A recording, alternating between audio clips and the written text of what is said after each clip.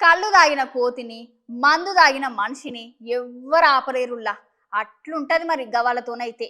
ఎన్ని ప్రాణాలు పోతున్నా, ఎందరి జీవితాలు ఆగమైతున్నా సరే ఈ సర్కారు మారదు, గా మద్యపానం నిషేధం చెయ్యదు. ఇక సర్కారు చెయ్యదని తెలిసి ఈ ఊరోళ్ళు ఏం చేసిరో మీరే చూడుండ్రి.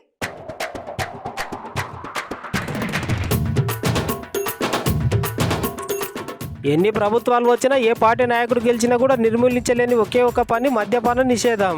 ఈ మద్యం వల్ల నిరుపేద కుటుంబం, పేద కుటుంబంలో ఉన్న మహిళలు, కుటుంబ సభ్యులు, చిన్న పెద్ద అందరూ చాలా రకాలైన ఇబ్బందులకు గురవుతున్నారు. ఈ ముచ్చట ఎట్లుందంటే సిద్దిపేట జిల్లా చేర్యాల మండలం చిట్యాల గ్రామంలో కూడా ఇట్లనే జరుగుతుంది.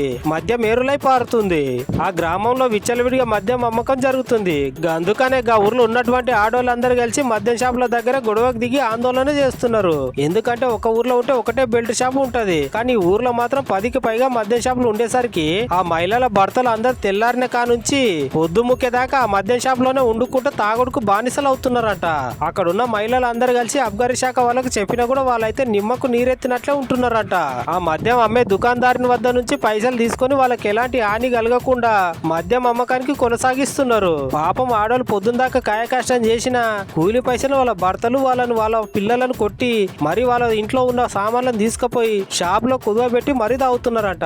ఎమ్మెల్యే ఎన్నికలు గెలిచిన కాంగ్రెస్ పార్టీ మాకు హామీ ఇచ్చింది, కాంగ్రెస్ ప్రభుత్వం రాగానే మద్యం దుకాణాలన్నింటిని ఎత్తేస్తామని చెప్పింది. కానీ ఇప్పుడు ఆ మాటలను ఎటువైనాయి అని మహిళలందరూ అడుగుతున్నారు. ఎట్లయినా తాగుడు బారి నుంచి మా భర్తలను, మా కుటుంబాలను, మా పిల్లలను కాపాడాలని ఆ ఊర్లో ఉన్న మహిళలందరూ ఆందోళన చెందుతూ ఇట్లా అడుగుతున్నారు.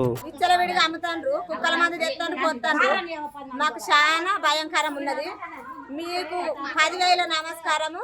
మా ఊరికి మందు బంద్ చేయాలి. గుర్జకుంట వాగు మీద కూడా వైనిస్ ఉండొద్దు, చేరియాలు ఉండాలి, చిత్తిపెట్టు ఉండాలి. చిట్టాల వరకు బెల్ట్ షాప్ అస్సలు ఉండొద్దు. మేము అక్కడికి పోయినాము, పోతే బంద్ చేయండి అన్నారు. వాళ్ళ ఇళ్ళల్లో పోతే మా మీదకే కొట్టతానికి వస్తాను. మీరు వస్తేనే మేము పోతానం అంటారు. మీరు మాత్రం ఇవ్వద్దు మందు. చిట్టాలకు సుక్క మందు ఇవ్వద్దు. ఇప్పుడు 4 పెట్టెలు దొరకబట్టినాము.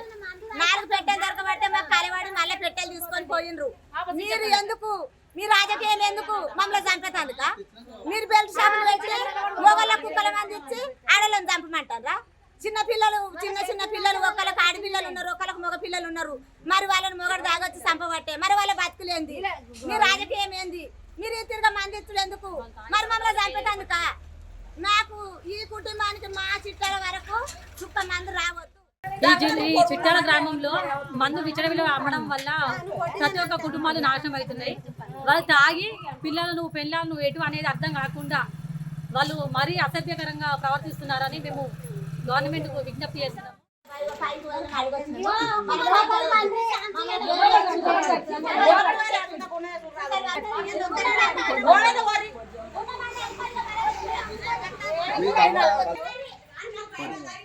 ఓదార్తా